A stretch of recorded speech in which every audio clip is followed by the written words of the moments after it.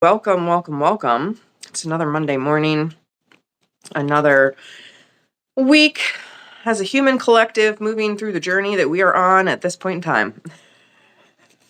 And we're doing our best. Honest to goodness, I have not really been paying a lot of attention to the astrology here lately, but when I tune into the collective energy, wow, I tuned into the collective energy and what I got was just this freeze response and confusion. And that feels pretty accurate. I definitely feel we are in a very just what the fuck moment as a collective. I mean, we have been through much of human history, but right now there's like a big swell of that energy, a big like, what are we doing? That's kind of what I'm picking up on. So I wonder if you're feeling the same. As always, just in case this is your first time joining me, this is Tarot and Tea. I'm Safrianna, and I use this opportunity every Monday to pull some cards for the collective, tune into the energy, and say hi and let you know how I'm doing.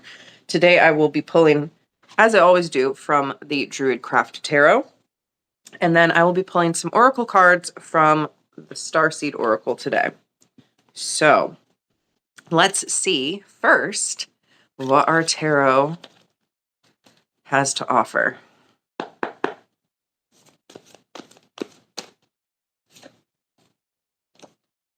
Nine of Wands. It's actually energetically feels appropriate. He's really standing here looking out over the terrain with this desire to protect himself from whatever's coming his way. He's sort of gazing out. He's got his feet planted and he is just preparing for something. And so the Nine of Wands is really about overcoming a final challenge. This is a card about proceeding with caution. So there's something in your life that you're putting together right now that you are trying to figure out. Maybe that's some of the confusion energy that I'm tuning into. But this is basically saying you've emerged from a period of struggle and now you are sitting with what comes next. You are not through integrating what you need to from this journey yet. Now you are defending and guarding and waiting for the next problem. And that is a problem you believe is going to appear. It's not necessarily truly going to appear. I mean, 99 problems, right? I really do believe the philosophy that being human, we are problem solving. We are coming into levels of expansion. And so that comes with challenges and risks and stretching and all kinds of things. But this is really a reminder that we need to not make ourselves believe that we constantly have to be in struggle. This to me also really speaks to hustle and productivity culture, which is so much of what I have been extricating myself from recently and encouraging other people to as well. This is like, you don't have to be in that mindset of grinding away all the time either. So you may feel like you have battled your way through life. And if that is the case, this is saying it could be time to set that down. You are coming towards the end of that particular journey, and you got this. The other meaning of this particular card is, again, having accomplished something, but finding it hard to fully accept that you've accomplished that thing. So we've kind of got two main reads, but regardless, the main theme is you've come to the end of like a journey, you're in the final push, but maybe there's more sort of mental prison happening than needs to be. So that is our Nine of Wands. So let's tune into the Starseed Oracle and see what she has to say. I'm drinking Lavender Fields green tea again today. Very tasty. So like I said, there's this ambient, I don't even know how to describe it. It's this ambient confusion, this sort of open, flowing uncertainty. And I feel like a lot of clutching or freezing. Yes, the journey is over, but it still doesn't feel real in our lives right now at all. Oh, okay. So the Starseed Oracle here, as we're in this space. First of all, we have We the Hathors. Every time I see the We the Hathors card, I remember that the collective needs more maternal energy. And I love this because this is so the energy that has been downloading into me, filling me up in so many ways from head to toe with just cosmic energy, is like the matriarchs coming back, the matriarchs calling out for us to embrace them again. And so We the Hathors is literally deep love, mother's milk, and birth as a portal. Yes, Miss Child. I can't. I doubt y'all can even hear her, but she's cracking me up with her sadness because she has just been so pitiful. Oh, Miss Baby. But We the Hathors is really about deeply loving ourselves, being really in the deep maternal well, the womb space for ourselves, and nurturing and nourishing ourselves. So, birth as a portal. Oh, you can hear Miss Baby? Well, you get to be with me in her sad, mournful cries. So how do you love yourself? How do you call in the matriarchs even more? How do you tune back into this old energy? Will you call on We the Hathors?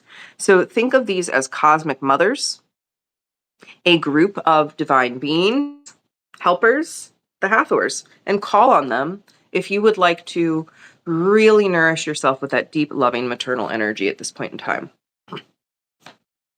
Our next card is Loosen Your Grip. This is really about our coping mechanisms, our density, so what we're experiencing here in the body, addiction, and letting God in. So Loosen Your Grip is really reminding us that we are being called to move away from the way that we have been for some time now, which is white-knuckling it through in hustle and grind culture. That's really why I love this message of the Nine of Wands being like you're kind of at the end of the journey, this reminder to be in our maternal energy and the mothers.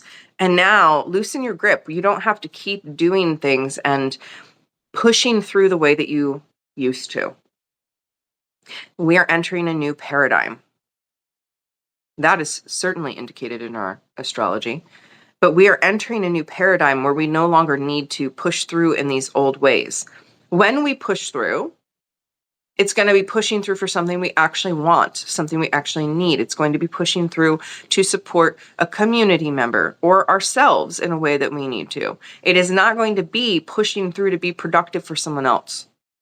And that is a big thing that has led to so much addiction, so much struggle, so much need for coping against life, is just how off kilter from nature our reality has become. So loosen your grip, let the divine in, let nature in, let the symbolism of the seasons in, let love in, let God in, whatever word you want to use there, but let in the divine energy that's here for you.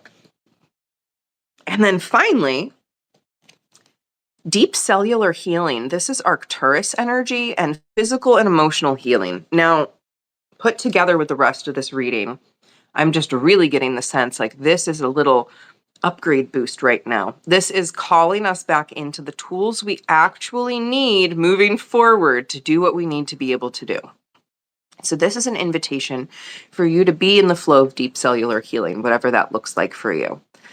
This might be doing energy work. It might be meditation. It might be going out and doing some grounding and earthing with your bare feet.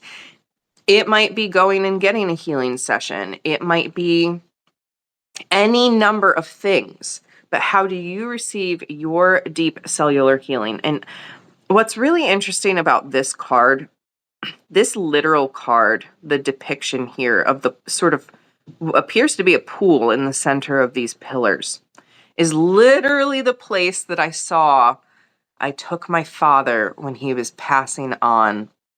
It was one of my final rituals that I did at a distance to bless him and encourage him on his journey. And I took him to a place that looks exactly like this. And his body was bathed in this pool. So this to me, what I'm getting is this is really a place. This is probably a healing space on Arcturus. So if you want to go astral travel to get some Arcturus energy, go for it. But again, the real message here is to do your own physical and emotional healing, however is right for you. And it's needed at this time because we're going to recap here and we're going to see there really is a story of reclamation happening. So we have our Nine of Wands. We are coming to the end of some form of very strugglesome journey. I don't even know if that's a word, but this very big challenge for us as individuals. And as we look out ahead, we are being encouraged to remember that we don't have to stay trapped in searching for the next danger. We don't have to wait for the other shoe to drop. We can integrate the challenges that we have just faced, learn the lessons, put them into us as wisdom, and move forward empowered. He certainly has some power here, but he also has this sling, right? He's got this sling going on because he has been injured on the journey. So that is part of what comes up in these oracle cards. However you have been injured on the journey, it is time to heal from that. And to heal from that, you are encouraged and welcome to work with maternal cosmic energy. Not your mother necessarily, but divine mother energy, cosmic mother energy. And we, the Hathors, are here to be that nourishing, maternal, energetic backbone for us while we heal from so many of the patriarchal wounds that we are sorting through right now. So this is, I think, a really powerful reminder to just let the mother energy in. Loosen your grip, reminding us we don't have to white knuckle through anymore. We do not have to hold on to the old ways of being. And we get to find new ways to cope with what's happening in the world, right? We get to let go and let in something better for us, let in something more nourishing for us. That is a through line that I keep feeling is the word nourishment. I'm really tuning into what we need. And then finally, this deep cellular healing. So what I'm seeing from this one is just that reminder that whatever challenges we've been through, whatever has injured us and given us this sling, now we are ready to heal from that. So see yourself bathing in these Arcturian waters. See yourself going forth and have an embodied experience to really allow a new energy in. Just something. However you want to receive this healing, it is here for you, and you don't have to try. You don't have to strive. You can just say, I accept and receive this cosmic, divine healing energy, and then let it do its work. But let the healing in. That is so much of the message this week. So yeah, I'm intrigued. We are really, as I look at this energy, it's if I had to bring it down to a sentence, I would say your time of challenge is coming to a close, and it's really your opportunity to let the healing in so you can integrate what you've learned. That's the tarot for the week. So now let's get into the tea. Like I said, I'm drinking Lavender Fields green tea today. I'm getting ready to head out here in a few minutes to go see a friend I haven't seen in, I don't know, probably since before winter, honestly. And yeah, I'm like, oh no, that was like end of summer, fall was the last time I saw her. So I'm getting ready to go see a friend. I am still in the midst of this offer Rave program where I'm marketing my little booty off every day. And it's been not as hard and scary as I thought it would be. So I'm glad for the opportunity to just be like, hey, when you do this and when you hop on it, you can get it done. And it's not that big of a deal. It doesn't take you all day. So that's been a good learning opportunity. Because that's one of my mental prisons. Is like, oh, marketing is such a slog and it takes so much time and I hate it and blah, blah, blah. If I just get it out of the way, it's not that bad. So lessons are being learned and integrated through this process because, I've really seen I have to share my message with the world in order for people to know that there's an opportunity to be in my circle and to do all kinds of things. So that has been good. I am slowly beginning to plan when I'm going to write book 2.